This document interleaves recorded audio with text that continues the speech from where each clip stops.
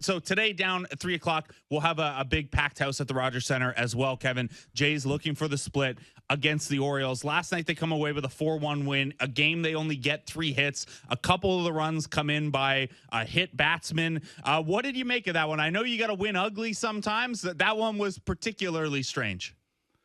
Yeah, look, it's sort of exactly the way the season has been. It's been really good starting pitching and another quality start. Yusei Kikuchi's been, almost wonderful. I mean, he's had some hiccups, but consistently having the velocity and the mechanically sound, good finish, good release point. I mean, that's when he's got the good velocity and it's around the strike zone. You got dudes in swing mode. You can get away with a bad slider, a bad curveball. Those two he's been stealing strikes with. He's good enough there. The bullpen looks good enough. They're going to pocket that and push the right buttons and try and get the right dude in at the right time. It's been good enough. It's just the lineup, right? It's the when are we going to see enough of the Vladimir Guerrero Jr. at bats where he's pumped up about a 10-pitch walk? That for me is, you're trying in the next 52 games, you're trying to make the last 15 that are against the American League East to where they don't have to go 12-3, 10-5. It's okay for them to be able to go 8-7 in those last 15. And for me, that 10-pitch walk is all you need to know. I don't know if you were watching last night in the telecast when our telecast showed Vladimir Guerrero Jr. hitting off a tee. And the very first thing, because I was sitting with Jeff because we were doing the post-game show, and I was wondering why he was so excited to take a swing like that. I can just remember a couple of years ago when the MLB Network went to AA, I think it was, and Vladdy was hitting home runs off the tee. And I was thinking to myself, and I said out loud to Jeff, did the swing look like that? Like where he was fired up about a lot of hand movement and filleting a ball with fade to right field and being excited about that?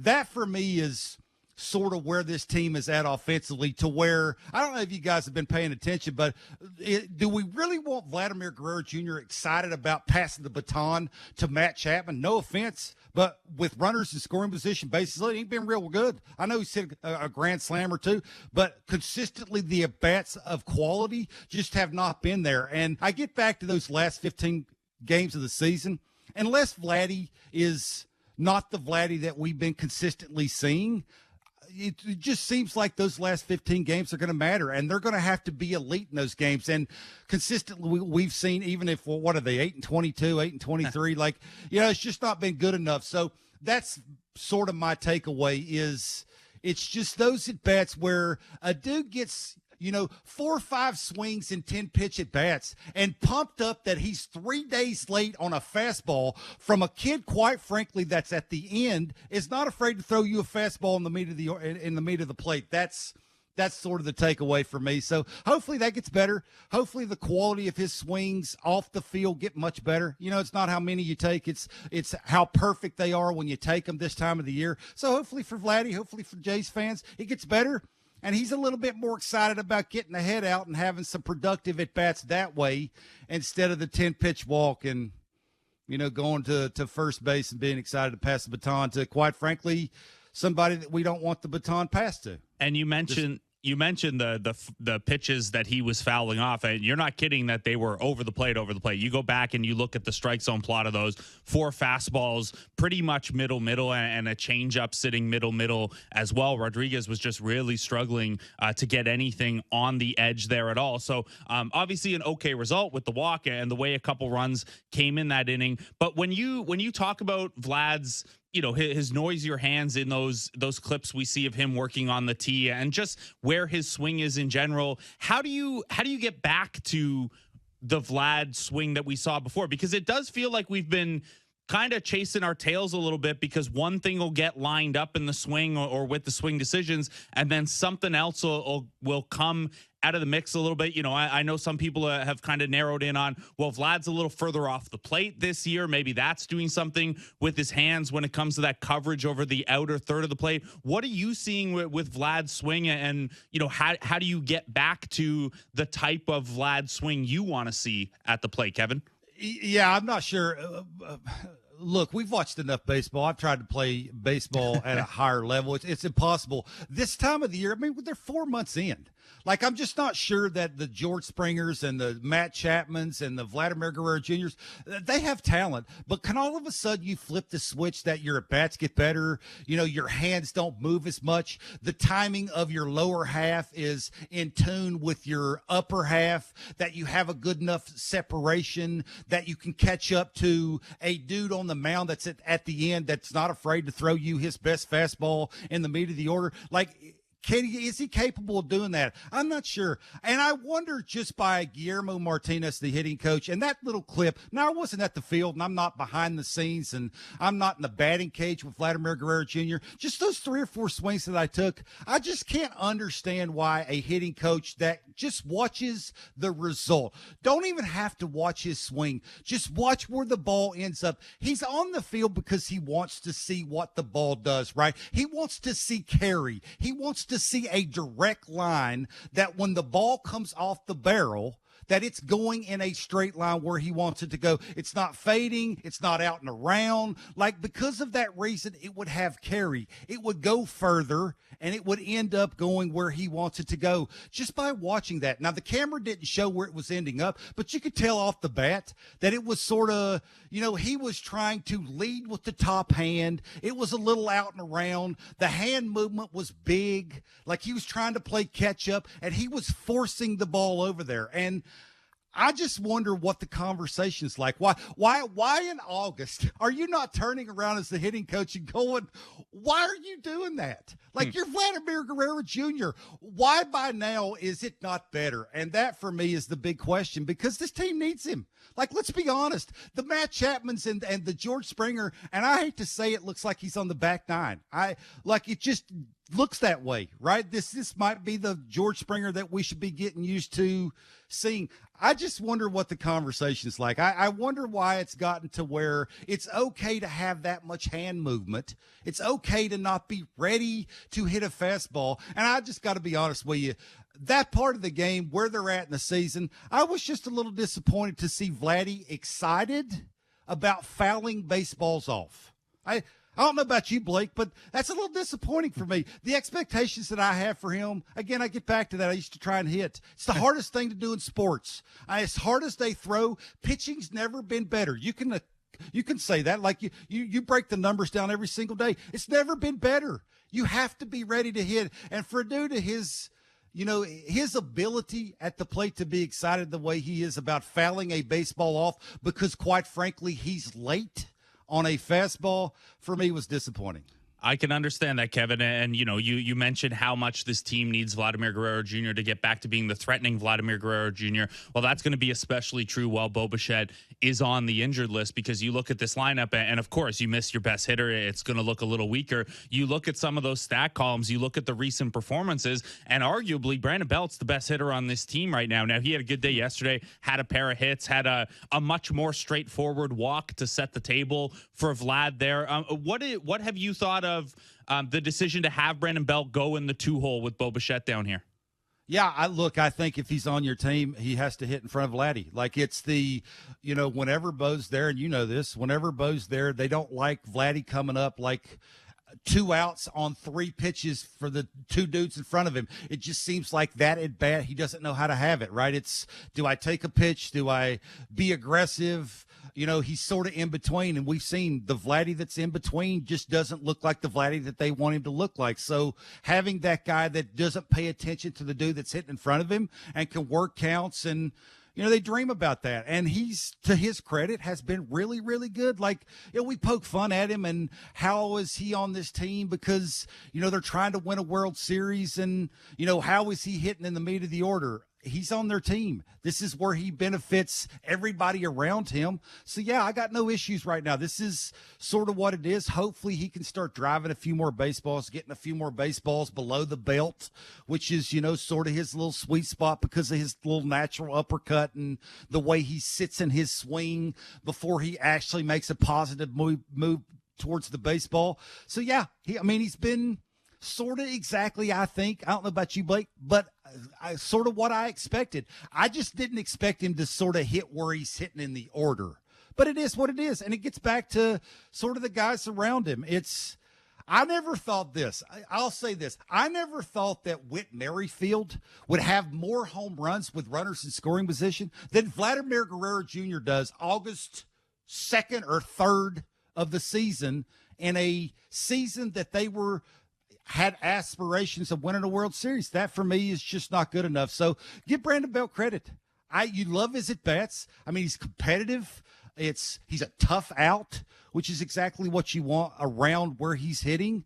It's just, I think everybody else around him, other than Bo Bichette, obviously, that need to pick it up a little bit. And I just wonder, this part of the season, this late in the season, are we asking too much?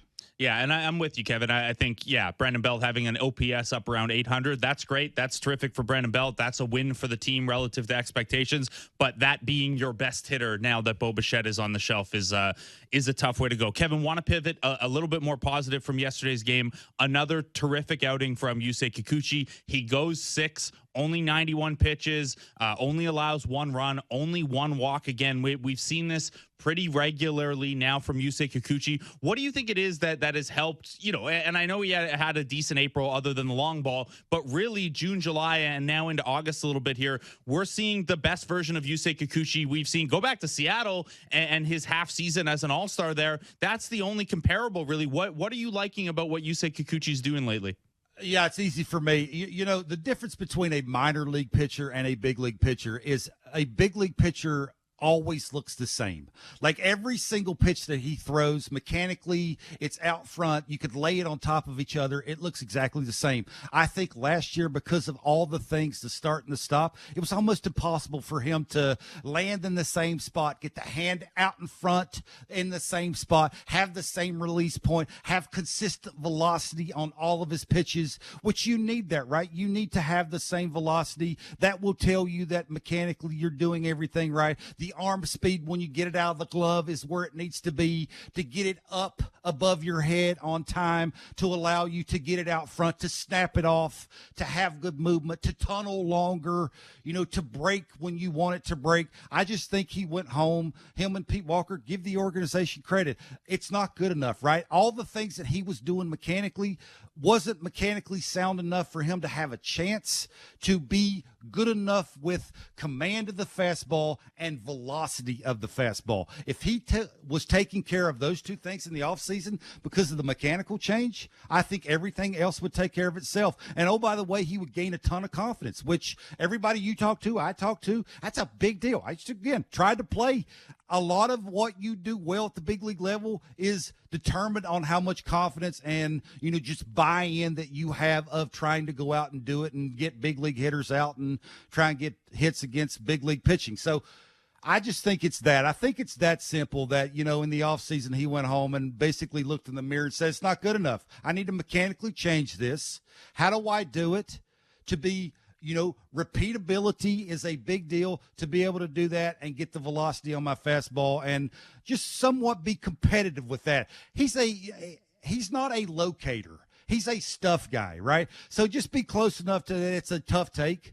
Be mechanically sound enough that he can do that. He did it, and we're seeing the results. And where would they be without him? With the way the offense is, where would they be without him? You can argue that, right? Him and Jose Barrios might be the MVPs of the team, other than some of the guys in that pen like Trevor Richards and, some unsung heroes. But without those two guys, I'm assuming they wouldn't be in a playoff spot. Well, I don't think they would be at all if you got even remotely close to last year's Kikuchi or last year's Barrios. Your rotation would have been in shambles for most of this year. So, Kevin, with what Kikuchi's shown you over this last little bit, I know they gave him a little bit of extended runway against the Dodgers because their bullpen was in such tough shape there. Given what you've seen from him lately, are you comfortable if this team decides to let him go a little longer into games here now? 90 pitches yesterday. I think some of that was maybe due to how long the bottom of the sixth was taking him out there. But would you like to see that leash extended a little bit? Yeah, I think the scoreboard will tell you everything. Mm-hmm. You know, it's like having an at bat in a game. The scoreboard will tell you basically what you're going to get, how many fastballs you're going to get, or will you get a fastball and a fastball count. I think that's how John is trying to work around the back end of his rotation. Is the scoreboard will tell you the bullpen's been good. You know, I don't mind Jimmy Garcia coming in the inning he's coming in. I don't want Jimmy Garcia in the 8th or 9th inning. I'd rather have him in the 6th and 7th inning. That's better, right? Depending on where you're at, pockets, lineup. Like, I think it's okay to be okay with him going 6 innings with 1 run, and John is sort of trying to figure out there's no surprises this time of the year. Like, they basically know what they're getting from Yusei Kikuchi because he's predictable. Like that's what they're trying to, line their entire team around is predictability. If you have that because of what your eyes are telling you and, dare I say what the khakis are telling you, you get to the certain amount of pitches. This is what the breaking ball is going to start looking like. This is what the movement on the fastball will look like. This is what his windup, how fast it'll look. And, his mechanics will stay in tune and be balanced. And like he's taking all of those things into consideration and trying to make the right move. And it's okay because, sometimes I just think we should be happy with what we're getting from him. Like you just, don't beg for too much. Be happy with what you get. Turn it over to a really good bullpen because they've earned it. I'm okay again with lining it up with Jimmy Garcia and Aaron Hicks or Jordan Hicks, and, Swanson. And it's okay to have those kind of guys coming in games when it matters the most. So, I kind of like it just the way it is. He's a 4th and 5th guy. He's not a 1 or 2. So they're trying to base it on just a bunch of things and trying to make the right move. And I'm sure it would help if their lineup starts hitting like that. That'll make all of these little, why are they not leaving him out there for the extra inning a lot easier for the decisions and for us to be watching and trying to play armchair quarterback. Yeah, I'll tell you, if one of those guys hits a grand slam with the bases loaded yesterday, you can let Kikuchi out for the 7th a little easier. Kevin, before I let you go here, Jack Flaherty on the mound today against Kevin Gausman. Obviously, we all know the Gausman side of things. I know Flaherty's a guy that you and Blair talked a little bit about. What are we looking for from him today against the Blue Jays? Yeah, look, that's a great question. I think he went from a team that's not very good to a team that's obviously contending and, in my mind, the best team in the American League. How will you handle that, right? I think it's command early. It's the velocity on all of his pitches. And the Blue Jays have seen him before, which is a thing, right? It's whenever you've seen somebody, you sort of know how it breaks. Don't overthink it. That's the long-winded answer here is a lot of the Jays, you watch the games, Blake, they look like they overthink it. Sometimes this part of the season, pitchers are as tired as hitters are, right? And mentally, you can just overthink a lot of things. How about occasionally 1 through 9? Forget all the other things of he'll throw this in this count.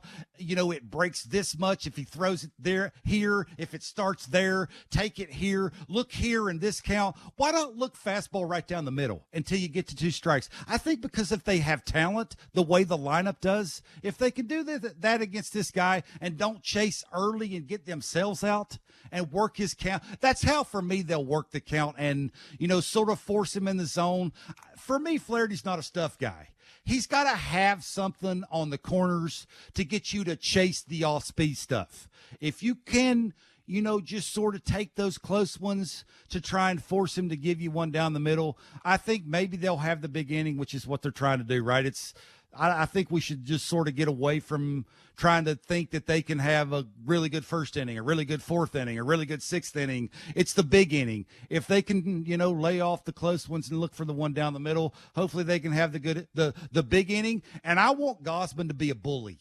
I don't know about you, but the expectations for this team in August is to win a World Series. It's not that to start the season for the Orioles.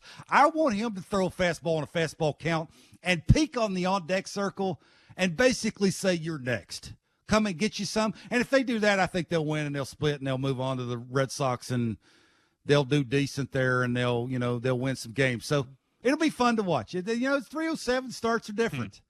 You got to be prepared for those. It's changing routines and, it's two teams fighting to be the big boys on the block, so it'll be interesting. Yeah, and Gosman with the extra little bit of rest here with them operating on a 6-man rotation. Velocity. Yeah, and he went 8 innings last time he faced the Orioles too, so I'm fired up for this one. Blair and Barker, you guys will have Jays Talk post-game. Kevin, thanks so much for taking the time out this morning.